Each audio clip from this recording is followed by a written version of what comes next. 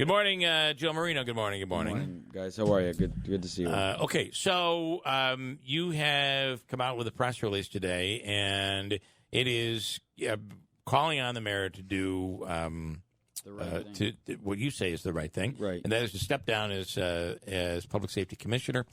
You believe that the right things are not being done when it comes to shootings and violence in Utica, and all of a sudden it's become a real problem all over again. Last year it seemed to be Syracuse. This year it's starting out to be Utica. And by the way, there was just another armed robbery yesterday, or Right. an armed robbery yesterday in East Utica. Correct. Yeah. This is, it's a systemic problem. So no matter who's mayor, I'm not going to sit here and tell you that if I'm mayor, I'll be elected and then gun violence will stop.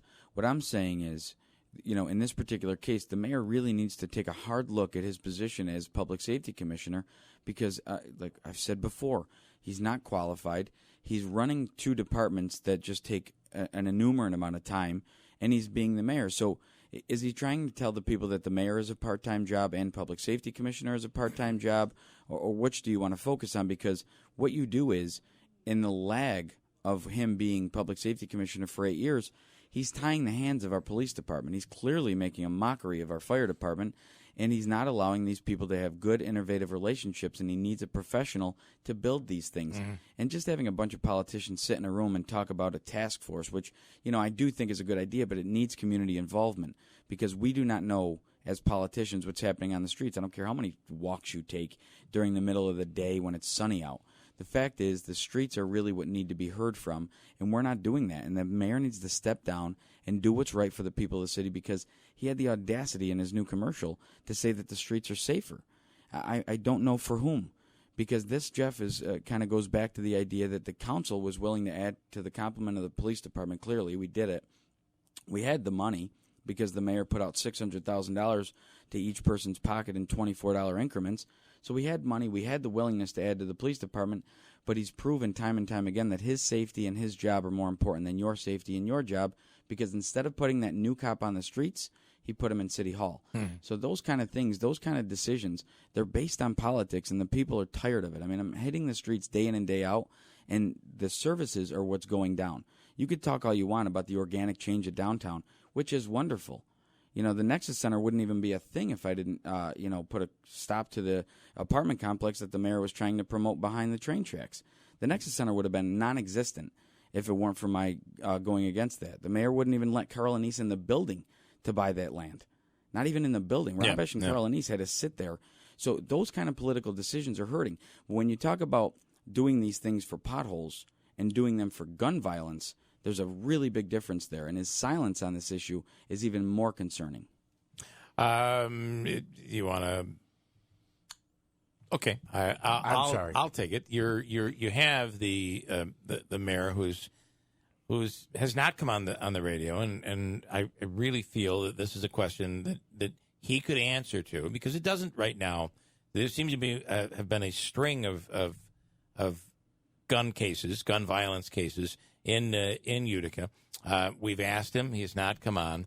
We accept your offer for an interview, but we don't get the mayor's answer. Comment on that. I don't either, Bill. I mean, that's the thing. Look, South Utica had an issue yesterday. There's no one out in front of it.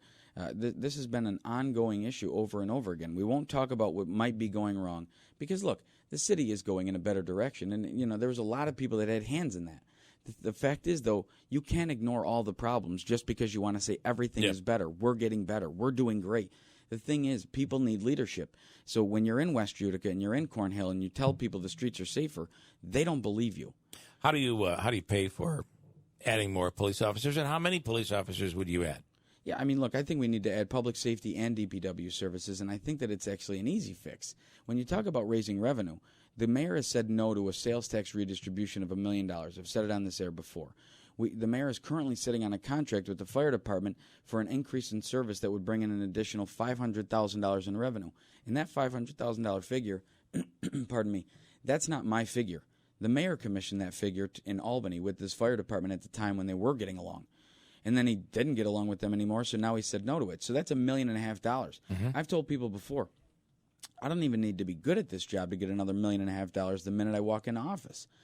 These are the kind of things that we kind of let go and set aside so you can get reelected. So when there's a pothole campaign every 4 years and you want to pave someone's road so you can get your job back, or you want to change term limits and you spend 2 years and tons of resources on trying to figure out how lawyers can tell you how to unprecedentedly change terms, these things are all being ignored. And we have money. Clearly, we just gave back, again, $600,000 in a 2% tax reduction when we did it.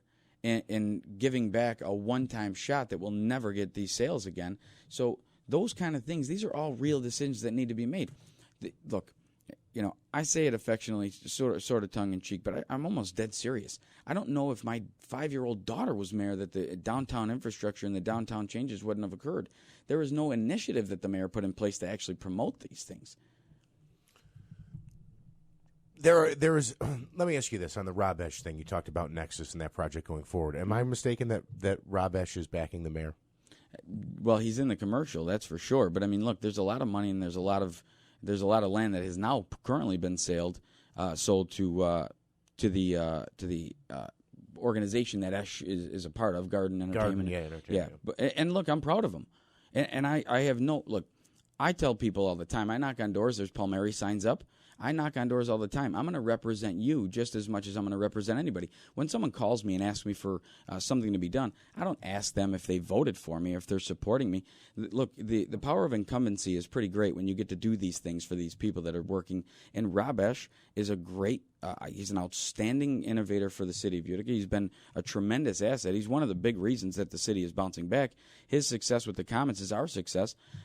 So backing the mayor, not backing the mayor, those things are relative to the idea that when you're utilizing the city services, you really have nowhere to go when the incumbent is actually sitting there telling you you need things to get done. So those kind of things don't affect me. I mean, when I'm elected, the Esch and Carl Anise and the group over there, they're going to be. I've supported them for the very beginning. Quickly, I'll support them in the future. You will appoint a public safety commissioner, and you will not be the public safety commissioner. I would never do that. I mean, even if I was good at both jobs, I wouldn't have time, and the people are seeing the results of not having time to focus on both issues. Fair enough. Joe Marino, I appreciate it. We will ask for the mayor and get a comment, hopefully, from the mayor. I appreciate it. I hope so as well. Thank you.